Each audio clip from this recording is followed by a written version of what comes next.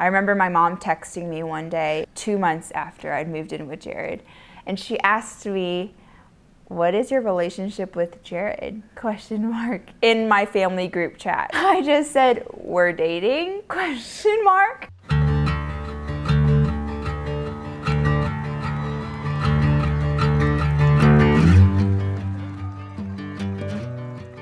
The best thing about my injury is the people that I've got to meet that I wouldn't have met otherwise. And the best one of all is Hannah by far. It's still going.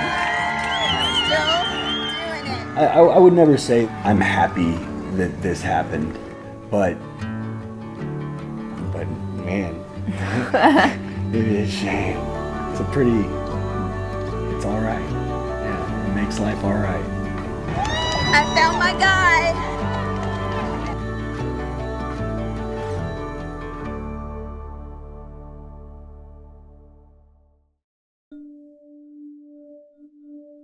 My name's Jared and Hanna, and I was born and raised in Lawrence, Kansas. The winters are always kind of cold and not so great in Kansas, and we always would escape somewhere nice for a couple weeks. And over our Christmas vacation, I dove into a sandbar, and that kind of changed the trajectory of my life.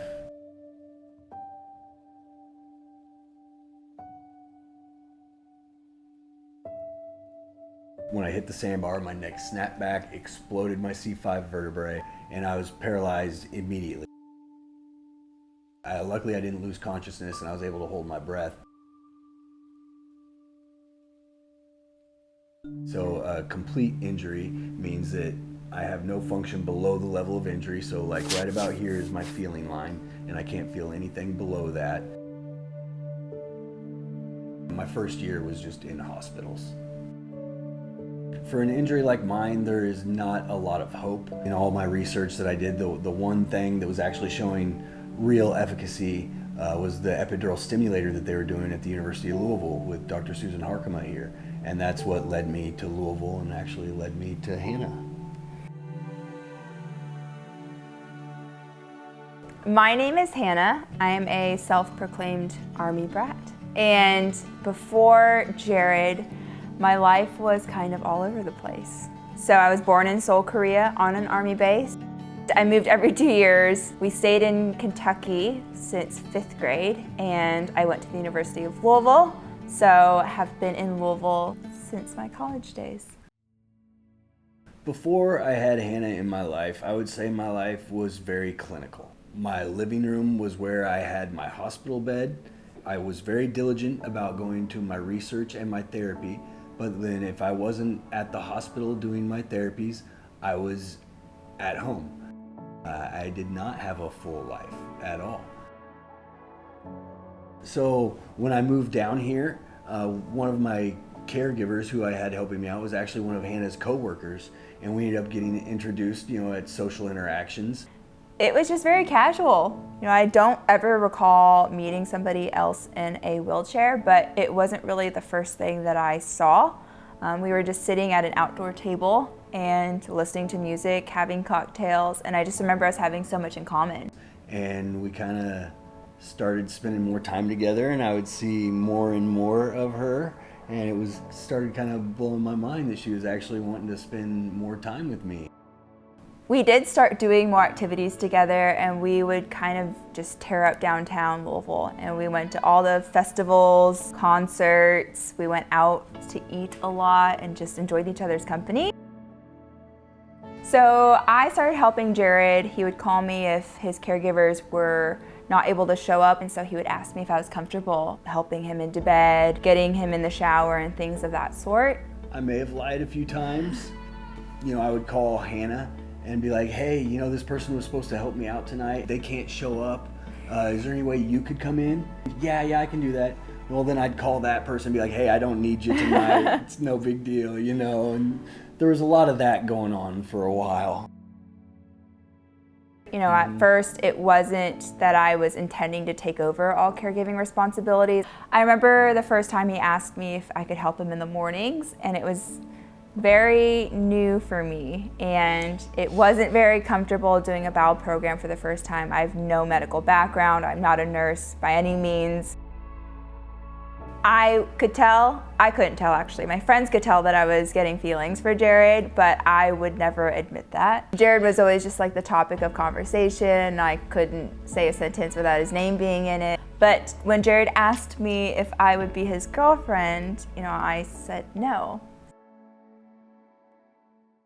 So when I met Jared, I had just gotten out of a long-term relationship, and I was determined not to be in another relationship. I was always a workaholic, so I decided at some point that I was going to live my life. 5, 4, 3, 2, 1. I would take 2 years off of working and travel instead through East Asia, and I was going to live in Australia for a year. And I had already purchased a visa to go to Australia, so I was adamant, like I was off the market. I had plans.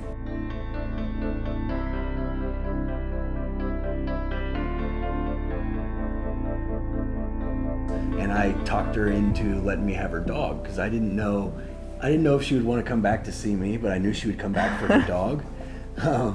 But then having the responsibility of Belle and getting me out of the house every day.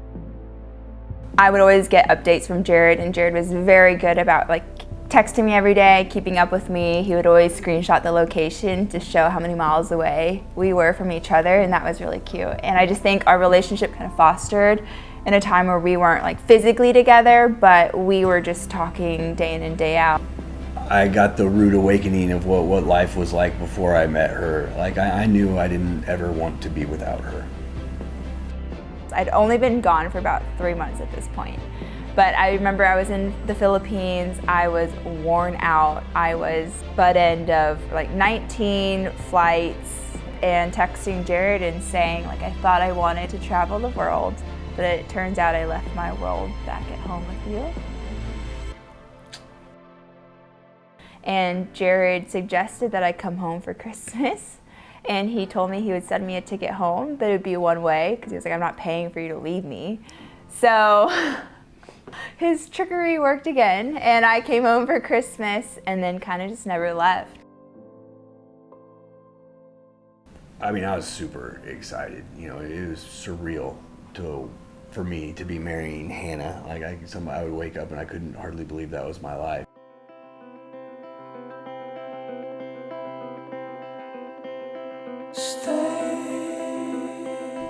Are you really crying?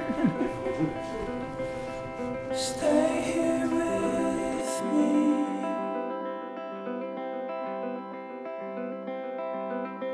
Don't say you have to go.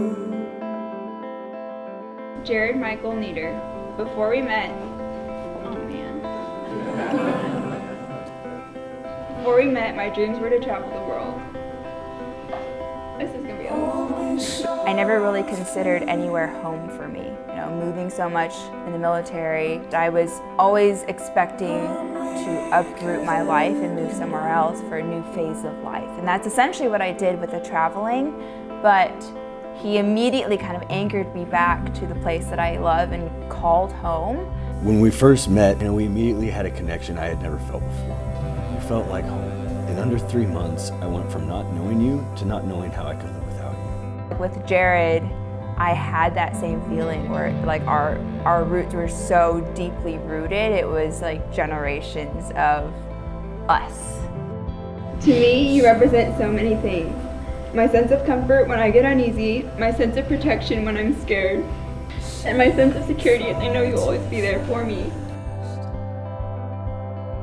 I vow to be your fiercest protector, to be your best advocate, to make you smile every day, and to love you unconditionally.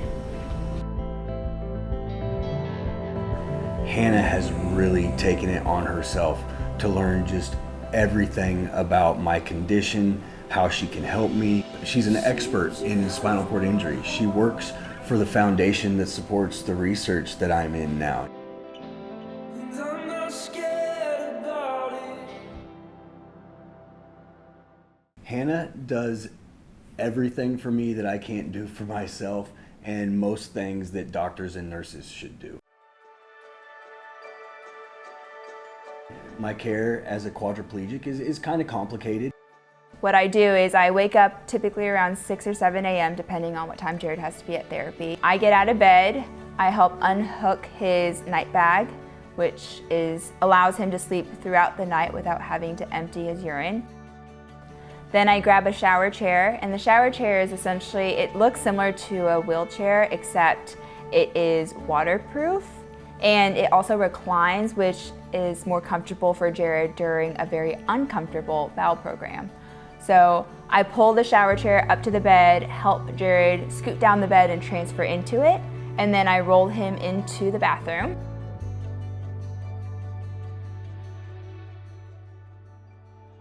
Once we're finished with the bowel program, he typically sweats bullets during the bowel program because it is not comfortable. We help clean him up, and then I get him dressed for the day. So he has a catheter, and I make sure the tube isn't kinked in any way. I check to make sure his feet are straight, his toes are where they should be and not pulled back or anything like that. So he can't feel anything below his nipples, and so I have to essentially make sure and double check that everything is okay and in line and won't be affecting him later in the day.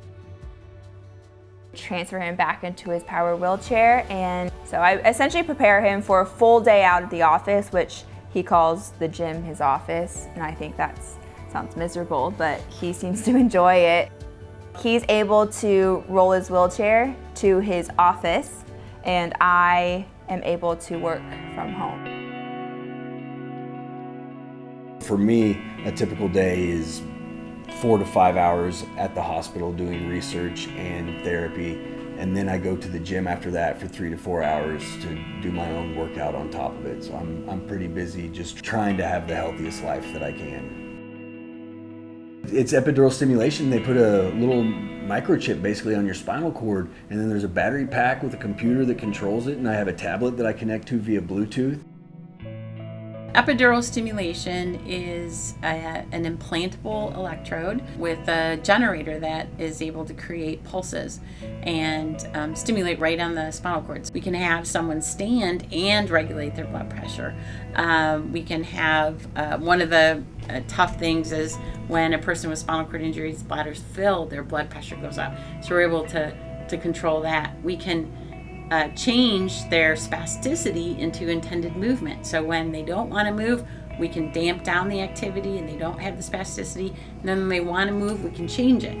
I have sleep settings, those nights where I really start kicking and I'm not getting any sleep, but it just squelches the spasms and just kind of lets my body relax. It's really incredible. Susie is so driven by the patient. Like, she knew that it was important to me to try to bow for our wedding ceremony. So she developed a program, she altered the squats and everything and found specific programs that allowed me to bow to Hannah and her family at our wedding. And she just did that because she knew it was important to me. And that was really cool. And I really appreciate that. So when I moved to Louisville, that was the first time I'd ever really been away from my family.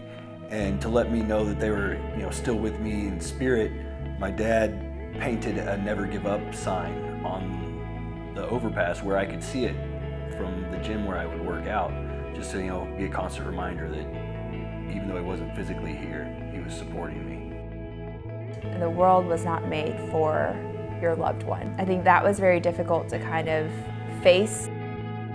Now we go to games all the time. We travel all over the United States. We're hoping to figure out how to travel internationally. Travel with a wheelchair really is pretty terrible. But Hannah is down on the tarmac explaining to the crew how to load my chair, how to unload. She makes everything possible. I remember one time we were in the emergency room and he was having autonomic dysreflexia.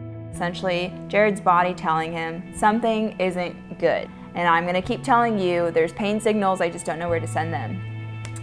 And if you go up to an ER doctor or nurse and ask them if they know what that is, it's likely that they don't, but it's something that's very commonplace for people with spinal cord injury. He could have a stroke. So nobody knew what that was, and we had to repeat this conversation over and over and over again. I just remember that moment, feeling like I needed to know more, and I always needed to be able to advocate for him. What if he wasn't able to tell me that it was AD? Like, how could I make sure that I knew the signs of it and what to do and what to tell nurses and doctors who may not know. It is hard having everything fall on Hannah, and it's tough when I see how tired she is, but I need something and I have to ask her. She's my only person, but she's a really strong person, and again, that almost makes it easy to take advantage of her. So I think the hardest thing is trying to give her a break and trying to get her to take care of herself. Everybody says you have to focus on self-care, but that's another thing that I have to do in addition to all my responsibilities that I have. So figuring out what I wanted for myself, what we could do together, and what brought me joy ultimately, because those things had changed after I met Jared. Together we can do anything, and so that really has become kind of our mantra. And we will figure out like what role we will each have. So most of the time the physical tasks fall to me, but Jared is managing the logistics. Now it really is like a partnership that we've formed. It is so satisfying to see how far I have come and how far we have come together, and then to be building a life together with someone. And it does blow my mind that someone that I see as the most beautiful, talented, smart woman in the world chooses to be with me. And I'm so excited about what we're building together and what the future holds. I need just as much help in different aspects of life. He needs help physically. I need support and love and his unconditional love in order to love him unconditionally.